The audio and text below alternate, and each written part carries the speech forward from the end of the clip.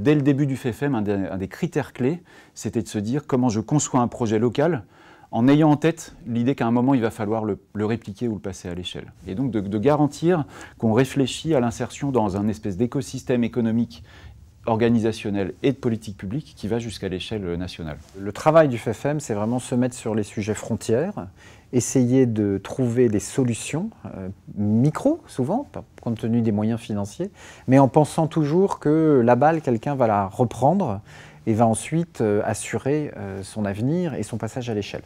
Depuis plus de 15 ans, grâce à l'appui du FEFEM, nous avons développé donc certaines initiatives qui ont commencé à l'échelle locale, mais qui ont monté en échelle et qui maintenant sont des solutions à l'échelle nationale.